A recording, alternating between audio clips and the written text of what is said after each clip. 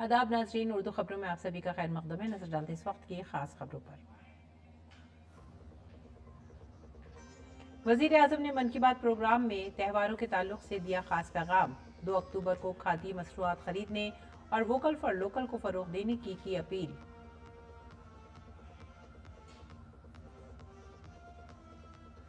मन की बात प्रोग्राम में वजीर आजम मोदी ने की RSS के 100 साल सफर की सताइश। छठ त्यौहार को बताया आलमी त्यौहार, कहा यूनेस्को के सकाफती विरसे की फहरिस्त में शामिल कराने की हो रही है कोशिश। नक्सल मुक्त भारत अभियान में सलामती एहलकारों को मिली शानदार कामयाबी। छत्तीसगढ़ के कांकेर जिले में तसादुम में सलामती एहलकारों ने 3 नक्सलियों को किया हलाक। 2 मर्द और 1 खातून नक्सली की लाशें बरामद।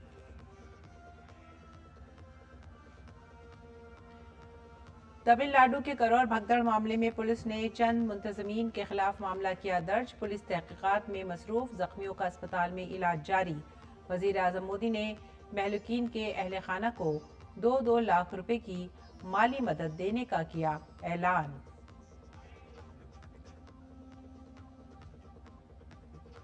और BCCI को मिला नया बॉस। जम्मू क्रिकेट एसोसिएशन से मुंसलिक साबिक क्रिकेटर मथुर मिनाज बने BCCI के सदर। राजीव शुक्ला नायब सदर के ओहदे पर बरकरार।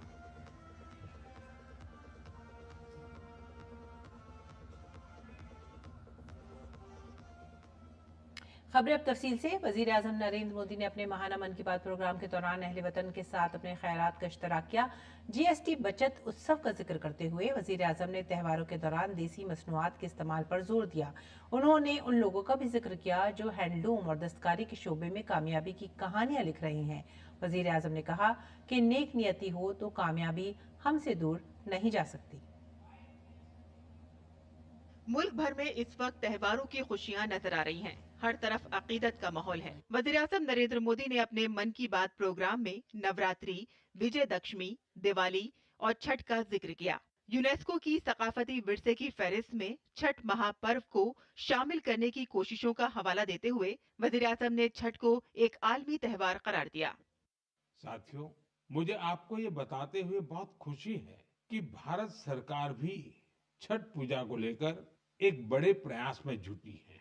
भारत सरकार छठ महापर्व को यूनेस्को की इंटेंजिबल कल्चरल हेरिटेज लिस्ट यानी यूनेस्को की सांस्कृतिक धरोहर की सूची में शामिल कराने का प्रयास कर रही है। छठ पूजा जब यूनेस्को की सूची में शामिल होगी तो दुनिया के कोने-कोने में लोग इसकी भव्यता और दिव्यता का अनुभव कर पाएंगे। साथियों, कुछ समय पहले भारत सरकार के ऐसे ही प्रयासों से कोलकाता की दुर्गा पूजा भी यूनेस्को की इस लिस्ट का हिस्सा बनी है। हम अपने सांस्कृतिक आयोजनों को ऐसे ही वैश्विक पहचान दिलाएंगे तो दुनिया भी उनके बारे में जानेगी, समझेगी, उनमें शामिल होने के लिए आगे आएगी। पीएम ने इस साल के त्योहारों के लिए खुसूसी पैगाम दिया। सिर्फ देसी मसनूआत के इस्तेमाल पर जोर देते हुए उन्होंने कहा कि अगर हम इस त्योहार को सिर्फ देसी मसनूआत के साथ मनाने का अज़्म करें तो इस बार ये हमारी तकरीबात की खुशियों को कई गुना बढ़ा देगा। वोकल फॉर लोकल को खरीदारी का मंत्र बना दीजिए। ठान लीजिए, हमेशा के लिए जो देश में तैयार हुआ है वही खरीदेंगे। जिसे देश के लोगों ने बनाया है वही घर ले जाएंगे। जिसमें देश के किसी नागरिक की मेहनत है उसी सामान का उपयोग करेंगे। जब हम ऐसा करते हैं तो हम सिर्फ कोई सामान नहीं खरीदते, हम किसी परिवार की उम्मीद घर लाते हैं, किसी कारीगर की मेहनत को सम्मान देते हैं, किसी युवा उद्यमी के सपनों को पंख देते हैं। वज़ीर-ए-आज़म नरेंद्र मोदी ने मुल्क के हैंडलूम और दस्तकारी के शोबे में काम करने वालों का भी खास तौर पर तज़किरा किया। उन्होंने अपनी मेहनत और लगन से कामयाबी की नई दास्तान लिखी है। साथियों, खादी की तरह ही हमारे हैंडलूम और हैंडीक्राफ्ट सेक्टर में भी काफी बदलाव देखने को मिल रहा है। जैसे एक उदाहरण तमिलनाडु के याज नेचुरल्स का है। यहाँ अशोक जगदीशन जी और प्रेम साल्वाराज जी ने कॉरपोरेट नौकरी छोड़ एक नई पहल की। उन्होंने घास और केला फाइबर से योगा मैट बनाए, हर्बल रंगों से कपड़े रंगे और 200 परिवारों को ट्रेनिंग देकर उन्हें रोजगार दिया। झारखंड के आशीष सत्यव्रत साहू जी ने जोहार ग्राम ब्रांड के जरिए आदिवासी बुनाई और परिधानों को ग्लोबल रैंप तक पहुंचाया है। उनके प्रयासों से आज झारखंड की सांस्कृतिक धरोहर को दूसरे देशों के लोग भी जानने लगे हैं। बिहार के मधुबनी जिले की स्वीटी कुमारी जी ने उन्होंने भी संकल्प क्रिएशन शुरू किया है। मिथिला पेंटिंग को उन्होंने महिलाओं की आजीविका का साधन बना दिया है। आज 500 से ज्यादा ग्रामीण महिलाएं उनके साथ जुड़ी हैं और आत्मनिर्भरता की राह पर है। सफलता की ये सभी गाथाएं हमें सिखाती हैं कि हमारी परंपराओं में आय के कितने ही साधन छिपे हुए हैं। अगर इरादा पक्का हो तो सफलता हमसे दूर नहीं जा सकती। वज़ीर-ए-आज़म मोदी ने एक बार फिर से हमवतनों को आत्मनिर्भर बनाने के अपने अज़्म का इयादा किया। Bureau report, DD news Urdu खबरें। वजीर आजम नरेंद्र मोदी ने अपने मन की बात प्रोग्राम में मुजाहिदीन आज़ादी को याद करते हुए उनकी जद्दोजहद को नौजवानों के लिए एक तहरीक करार दिया। पीएम ने कहा कि शहीद भगत सिंह हर भारतीय, खासतौर पर मुल्क के नौजवानों के लिए बाइसे तहरीक हैं।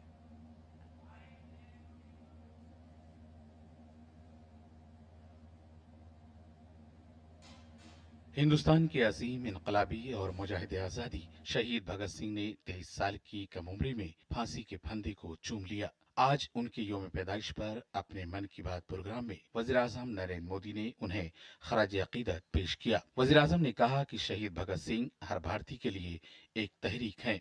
देश के लिए फांसी के फंदे पर झूलने से पहले भगत सिंह जी ने अंग्रेजों को एक पत्र भी लिखा था। उन्होंने कहा था कि मैं चाहता हूं कि आप मुझे और मेरे साथियों से युद्ध बंदी जैसा व्यवहार करें, इसलिए हमारी जान फांसी से नहीं सीधा गोली मारकर ली जाए। यह उनके अदम्य साहस का प्रमाण है। त्योहार के इस मौसम में वज़ीर आज़म नरेंद्र मोदी ने हमवतनों से स्वदेशी को अपनाने की अपील की है। पीएम ने कहा कि गुज़िश्ता 11 वर्षों में खादी के तई मुल्क के लोगों की कशिश बढ़ी है। उन्होंने लोगों पर जोर दिया कि वो 2 अक्टूबर को खादी खरीदकर वोकल फॉर लोकल मुहिम में शामिल हों। पिछले कुछ वर्षों में खादी की बिक्री में बहुत तेजी देखी गई है। मैं आप सभी से आग्रह करता हूं कि 2 अक्टूबर को कोई न कोई खादी प्रोडक्ट जरूर खरीदें। गर्व से कहें ये स्वदेशी है। इसे सोशल मीडिया पर #वोकल फॉर लोकल के साथ शेयर भी करें। महर्षि वाल्मीकि को हिंदुस्तानी सकाफत की बुनियाद बताते हुए वज़ीर आज़म नरेंद्र मोदी ने उनकी यौम पैदाइश पर उन्हें खराज अकीदत पेश किया। उन्होंने कहा कि रामायण जैसे हैरत अंगेज ग्रंथ के मुसन्निफ ने हमें भगवान राम की अवतार कथाओं से मुतारिफ कराया। 7 अक्टूबर को महर्षि वाल्मीकि जयंती है। हम सब जानते हैं महर्षि वाल्मीकि भारतीय संस्कृति के कितने बड़े आधार है। इसलिए साथियों, अयोध्या में जब राम मंदिर का निर्माण हुआ तो साथ में निषाद राज और महर्षि वाल्मीकि का भी मंदिर बनाया गया है। मेरा आपसे आग्रह है, आप भी जब अयोध्या में रामलला के दर्शन करने जाएं तो महर्षि वाल्मीकि और निषाद राज मंदिर के दर्शन जरूर करें। वज़ीर आज़म नरेंद्र मोदी ने अपने खिताब में कन्नड़ के अजीम मुफक्किर SL भैरप्पा जी को उनके इंतकाल पर खराज अकीदत पेश किया। उन्होंने कहा कि उनकी तख्लीकात मुल्क की नौजवान नस्ल के लिए रोल मॉडल हैं। अजीम इंसानों और मुफक्किरीन को याद करके वज़ीर आज़म नरेंद्र मोदी न सिर्फ नौजवान नस्ल को तारीख के एहसास से जोड़ते हैं, बल्कि उन अजीम इंसानों के अफकार के जरिए उन्हें एक बामाना पैगाम भी देते हैं। Bureau report, DD news Urdu खबरें। मन की बात प्रोग्राम के 126वें एपिसोड में वजीर आजम नरेंद्र मोदी ने सकाफत और मौसीकी से वाबस्ता अफराद को याद करते हुए और स्वर कोकिला लता मंगेशकर को उनके यौम पैदाइश पर याद किया। मारूफ प्लेबैक सिंगर भारत रत्न लता मंगेशकर के यौम पैदाइश के मौके पर वजीर आजम नरेंद्र मोदी ने अपने मन की बात प्रोग्राम में उन्हें याद किया। उनके साथ अपने प्यार भरे रिश्ते को याद करते हुए वजीर आजम नरेंद्र मोदी ने उन्हें खराज अकीदत पेश किया। मैं लता दीदी के लिए हृदय से अपनी श्रद्धांजलि प्रकट करता हूँ। साथियों, लता दीदी जिन महाविभूतियों से प्रेरित थी, उनमें वीर सावरकर भी एक हैं, जिन्हें वो तात्या कहती थी। उन्होंने वीर सावरकर जी के कई गीतों को भी अपने सुरों में पिरोया। लता दीदी से मेरा स्नेह का जो बंधन था, वो हमेशा कायम रहा। वो मुझे बिना भूले हर साल राखी भेजा करती थी। भूपेन हजारिका का जिक्र करते हुए वजीर आजम नरेंद्र मोदी ने कहा कि उनके गाने दुनिया भर की मुख्तलिफ ममालिक को जोड़ते हैं। दरअकीकत श्रीलंका में भूपेन हजारिका के मशहूर गाने मनोहे मनोहर बाबा का श्रीलंका के फनकारों ने सिन्हाला और तमिल में तर्जुमा किया है। कुछ दिन कबल वजीर आजम मोदी ने आसाम में अपनी पैदाइश की 7 साला तकरीबात में भी शिरकत की थी।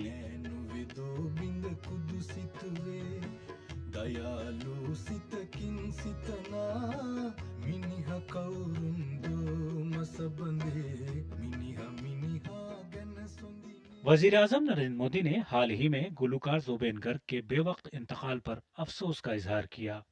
असम की संस्कृति से उनका बहुत गहरा लगाव था। जुबिन गर्ग हमारी यादों में हमेशा बने रहेंगे और उनका संगीत आने वाली पीढ़ियों को मंत्र मुग्ध करता रहेगा। जुबिन गार्ग आसिल अहोमोर हमोस कृतिर उज्ज्वल रत्नो जनोदार हृदय तेयो हृदय जियाय खाकीबो। फन, अदब और सकाफत की सबसे खास बात यह है कि इनका दायरा महदूद नहीं है। हाल ही में पेरिस के एक सकाफती इदारे सोनतक मंडपा ने अपनी 50वीं सालगिरह मुकम्मल की। इसने भारतीय रक्स को मकबूल बनाने में अहम किरदार अदा किया है। इसकी बुनियाद मिलीना साल्विनी ने रखी थी, जिन्हें चंद साल कबल पद्मश्री से भी नवाजा गया था। वजीर आजम मोदी ने सोनतक मंडपा से वाबस्ता तमाम अफराद को मुबारकबाद पेश की। Bureau report, DD news Urdu खबरें। हर बार अपने मन की बात प्रोग्राम के दौरान वजीर आजम नरेंद्र मोदी शहरियों को ऐसे लोगों से मुतारफ कराते हैं जिन्होंने मुल्क का सर फख्र से बुलंद किया है। इस बार उन्होंने 2 बहादुर खवातीन अफसरों को तारुफ करवाया, जिन्होंने 3 मंजिला इमारत से भी ऊंची लहरों का मुकाबला करते हुए समुद्र का चक्कर लगाया। जब आपसे पूछा जाए कि क्या पतवार वाली कश्ती के सहारे तूफान के दरमियान 8 महीने सागर में तकरीबन 47,500 किलोमीटर का सफर कर सकते हैं, तो शायद आप एक मर्तबा सोचने पर मजबूर हो जाएंगे। लेकिन भारत की 2 बहादुर बेटियों ने इसे मुमकिन कर दिखाया। इन जाबाज अफसरों लेफ्टिनेंट कमांडर दिलना और रूपा ने वजीर आजम से फोन पर बात की और अपनी जद्दोजहद की दास्तान सुनाई, जिसका जिक्र वज़ीर आज़म नरेंद्र मोदी ने अपने मन की बात प्रोग्राम में किया।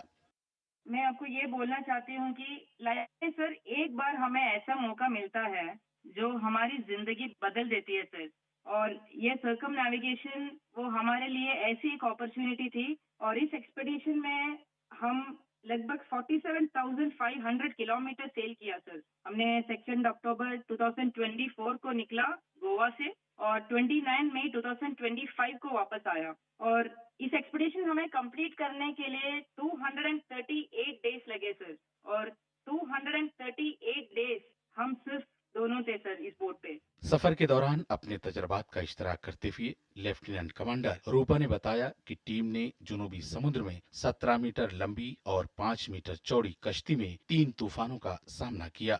हम इस एक्सपेडिशन में कई चैलेंजेस फेस करना पड़ा, स्पेशली सर सदर्न ओशन में हमेशा मौसम बुरा होता है।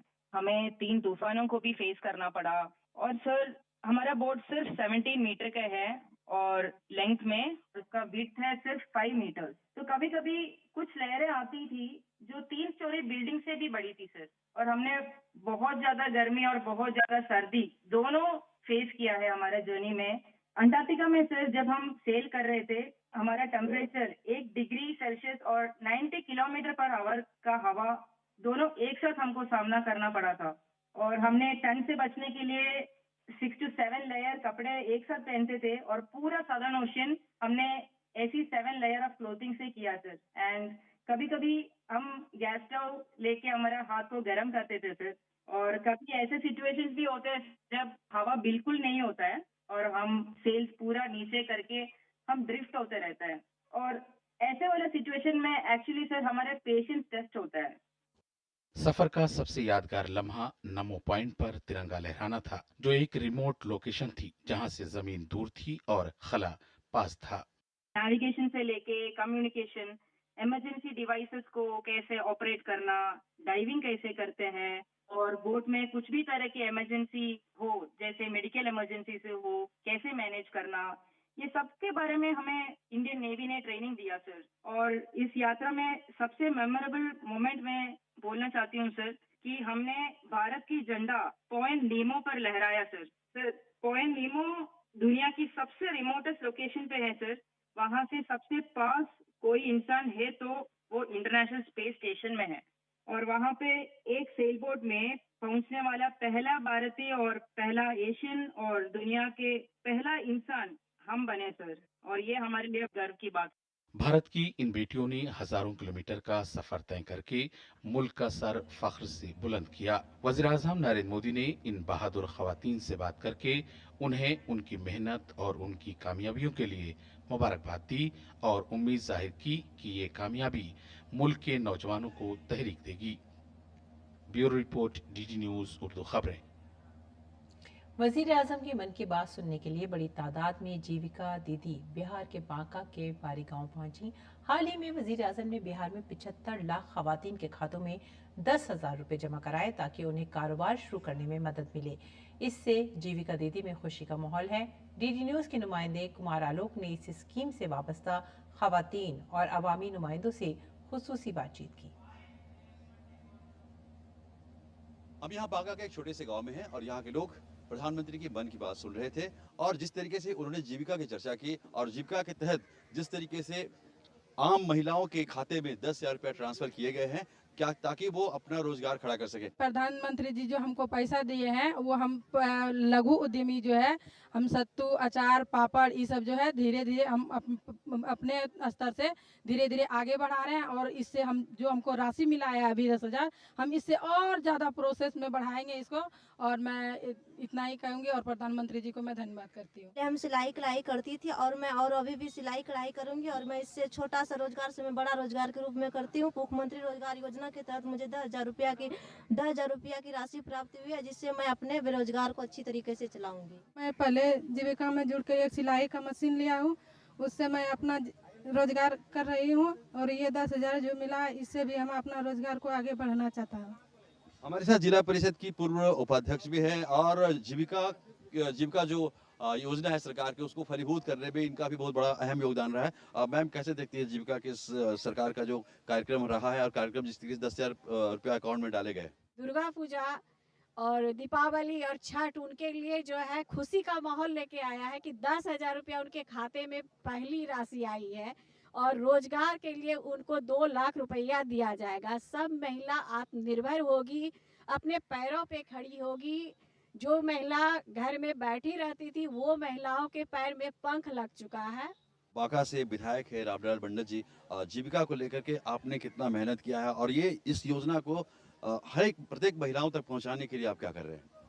अभी मैं सवेरे जब निकला हूँ तो सभी जगह भीड़ लगी हुई है, महिलाएं हैं, और अपने आके बता रही थी हमको मिला, हमको मिला, हमको मिला। छोटे छोटे उद्योग लगाइए और ये सब काम करिएगा। स्वयं प्रधानमंत्री जी की इच्छा है कि स्वरोजगार और इसी देश में बनाए हुए सारे सामानों का उपयोग। विधायक बांका रामनारायण मंडल जी और तमाम महिलाओं से हमने बात की जो जीविका से जुड़ी हुई है, और एक आप कहें कि आशा की किरण जगी है कि महिलाएं आत्मनिर्भर हो, और फिर आगे जाकर के 2 लाख रुपए उन्हें उनके खाते में डाला जाएगा अगर उनका बिजनेस बहुत अच्छा रहा। कैमरामैन विनय तिवारी के साथ कुमार आलोक, डीडी न्यूज बांका। वजीर आजम के अपने मन की बात प्रोग्राम के दौरान कोलकाता में दुर्गा पूजा का जिक्र करने के बाद मगरबी बंगाल के शहरियों में खुशी का माहौल छा गया। रायगंज से बीजेपी के रुकन पार्लियामेंट कार्तिक पॉल और कुछ खवातीन ने जीएसटी के शरहों में कमी पर भी खुशी का इजहार किया और कहा कि जीएसटी में कमी से इस त्यौहार के मौसम में बंगाल की मिठाइयों की मिठास में इजाफा हुआ है। हमारे नवानिगार राजेश राज ने रायगंज से बीजेपी के रुकने पार्लियामेंट कार्तिक पॉल और मकामी लोगों से खुसूसी बातचीत की। आइए देखते हैं। अभी डीडी न्यूज दिल्ली की टीम मौजूद है उत्तर दिनाजपुर, जो रायगंज कहलाता है उसका वो मुख्यालय है। और अभी हम रायगंज के लोकसभा सांसद कार्तिक पाल से बात कर रहे हैं, जो अभी मन की बात कार्यक्रम सुनने के बाद अपने जो यहाँ के जनता है उनके साथ हैं। पाल साहब, कैसा लगा जब प्रधानमंत्री जी ने पश्चिम बंगाल का जिक्र किया, कलकत्ता का जिक्र? पहले तो हम सब मिलकर बोलूंगा, बोलो दुर्गा माँ की। प्रधानमंत्री मोदी जी को दुर्गा पूजा का बहुत बहुत शुभकामनाएं, नमस्कार। मन की बात जो है, मन की बात के लिए हमारा इंडिया का जितना टैलेंट है वो टैलेंट को हम लोगों ने सब, एक गांव से लेकर शहर तक सब हम जान पाते हैं। प्रधानमंत्री मोदी जी का मन की बात में पूरे भारत हम टीवी पे देख लेते हैं। यहाँ का जो प्रतिभा है, टैलेंट है, यहाँ का जो शिल्प है, कला है, आर्ट है, सब हम देख लेते हैं। 22 तारीख नवरात्रि से लागू है जीएसटी आम लोग पूरा एंजॉय कर रहा है, क्योंकि जीएसटी में अभी जो त्योहार का माहौल और गर्म हो गया है। उसका साथ एक बात, हमारा जो लक्ष्य है प्रधानमंत्री जी का, विकसित भारत और एक भारत श्रेष्ठ भारत, इसके लिए आपके तरफ से और दूसरा जो हमारा जितना कार्यकर्ता है या आम पब्लिक है, सबसे मेरा विनती है, मोदी जी का जो मैसेज है एक भारत श्रेष्ठ भारत, इसको बनाने के लिए हम लोग सब स्वदेशी जो जितना हमारा सामान है देश का, सब आप खरीद लेंगे। और जितने सारी दुकानदार है उनको बोलेंगे जो पब्लिक को मोदी जी ने जो छाड़ दिया है जीएसटी पूरे के पूरा मिलना चाहिए। जीएसटी बचत जो चल रहा है और जीएसटी जो कम हुआ है सबका, तो इससे पूरे देशवासी का लाभ उठाएगा, हम लोग भी लाभ उठा पाएंगे। दुर्गा पूजा रायगंज में बहुत बढ़िया होता है। आज 4-5 दिन पहले से पूरा बंगाल पूजा को लेके उत्सव मना रहे। अगली 10 दिन तक बनाएगा। और प्रधानमंत्री का जो वार्ता मिला हुआ है हम लोग को, जीएसटी घटा दिया, वो व्यापारी लोग के लिए बहुत बढ़िया किया हुआ है। यहाँ पर मन की बात कार्यक्रम के बाद यहाँ की जो आम जनता है उसके मन में यूनेस्को को लेकर, प्रधानमंत्री नरेंद्र मोदी को लेकर बहुत ही सम्मान का भाव है। और वो कह रहे हैं कि दुर्गा पूजा के इस मौसम में जीएसटी की दर जो कम कर दी गई है, इससे मिठास जो है उसमें और बढ़ोतरी हुई है। मिष्टी दोई और रसगुल्ला की जो मिठास है वो और बढ़ सी गई है। कैमरामैन शिव सुमन के साथ रायगंज, पश्चिम बंगाल से मैं राजेश राज, डीडी न्यूज के लिए। और वजीर आजम नरेंद्र मोदी के मन की बात प्रोग्राम के 126वें एडिशन से खिताब पर बीजेपी एमपी हेमा मालिनी ने रद्द-ए-अमल जाहिर करते हुए कहा कि हमारे वजीर आजम नरेंद्र मोदी पूरी कौम को खूबसूरती से जोड़ते हैं और जिंदगी के तमाम शोबों के लोगों की सलाहियतों को सामने लाते हैं। हेमा मालिनी ने पीएम मोदी के स्वदेशी को अपनाने की बात पर भी जोर देते हुए इसे काफी अहम करार दिया। और छत्तीसगढ़ में सलामती दस्तों ने नक्सल पाक भारत मुहिम के सिलसिले में बड़ी कामयाबी हासिल की है। छत्तीसगढ़ के कांकेर जिले में धमित्री और उड़ीसा की सरहद पर सलामती दस्तों और नक्सलियों के दरमियान तसादुम में 3 नक्सली मारे गए। सलामती दस्तों ने मौके से 2 मर्द और एक खातून नक्सली की लाशें बरामद की हैं। तलाशी मुहिम के दौरान मौके से SLR 303 राइफल और 12 बोर बंदूक भी बरामद हुई है। काबिल जिक्र है कि मारे गए 3 नक्सलियों में सितंदी एरिया कमेटी का कमांडर श्रवण और नगरी एरिया कमेटी का डिप्टी कमांडर राजेश भी शामिल हैं। श्रवण पर 8 लाख रुपए, राजेश पर 5 लाख और बसंती पर 1 लाख रुपए का इनाम था। तमिलनाडु के करूर में एक सियासी रैली में भगदड़ से मरने वालों की तादाद 40 हो गई है। मरने वालों में 9 बच्चे, 17 खवातीन और 13 मर्द शामिल हैं। रियासत भर के मुख्तलिफ अस्पतालों में 51 से ज्यादा अफराद ज़ेरे इलाज हैं। दरिस्ना तमिलनाडु के वजीर आला M.K. स्टालिन कल रात जाए वकूफ पर पहुंचे और वज़रा और आला ओहदेदारों के साथ सूरत हाल का जायजा लिया। उन्होंने मुतासरीन के अहल खाना से ताज़ियत की। वजीर आला ने कहा कि रियासती हुकूमत ने वाक़ई की तहक़ीक़ात के लिए साबिक़ जस्टिस अरुणा जदिसन की सरबराही में एक रुकनी कमीशन तश्कील दिया है।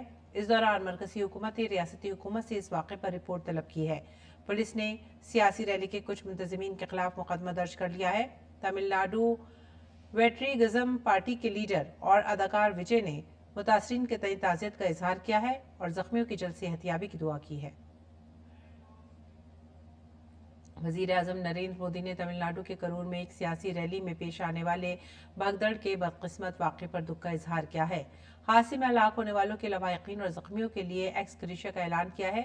वजीर आजम के दफ्तर ने सोशल मीडिया प्लेटफॉर्म एक्स पर लिखा, वजीर आजम ने तमिलनाडु के करोड़ में पेश आए अफसोसनाक वाक़े में हलाक होने वालों के लवाहिकीन को वजीर आजम के कौमी रिलीफ फंड से हर एक को 2 लाख रुपए की इमदादी रकम देने का ऐलान किया है, जबकि जख्मियों को 50,000 रुपए दिए जाएंगे। खेल की खबरों में बीसीसीआई को नया सरबराह मिल गया है। बीसीसीआई हेडक्वार्टर में मुनक़िदा सालाना जनरल मीटिंग में जम्मू क्रिकेट एसोसिएशन से वाबस्ता साबिक़ क्रिकेटर मिथुन मिन्हास को बीसीसीआई का नया सदर मुंतखब कर लिया गया है।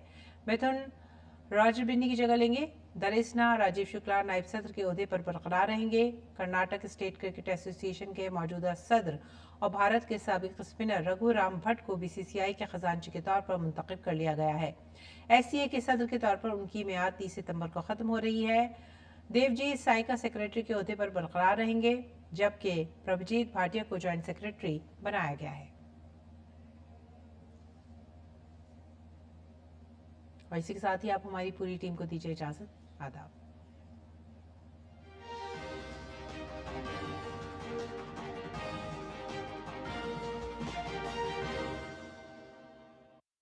वो नर्क से निकलकर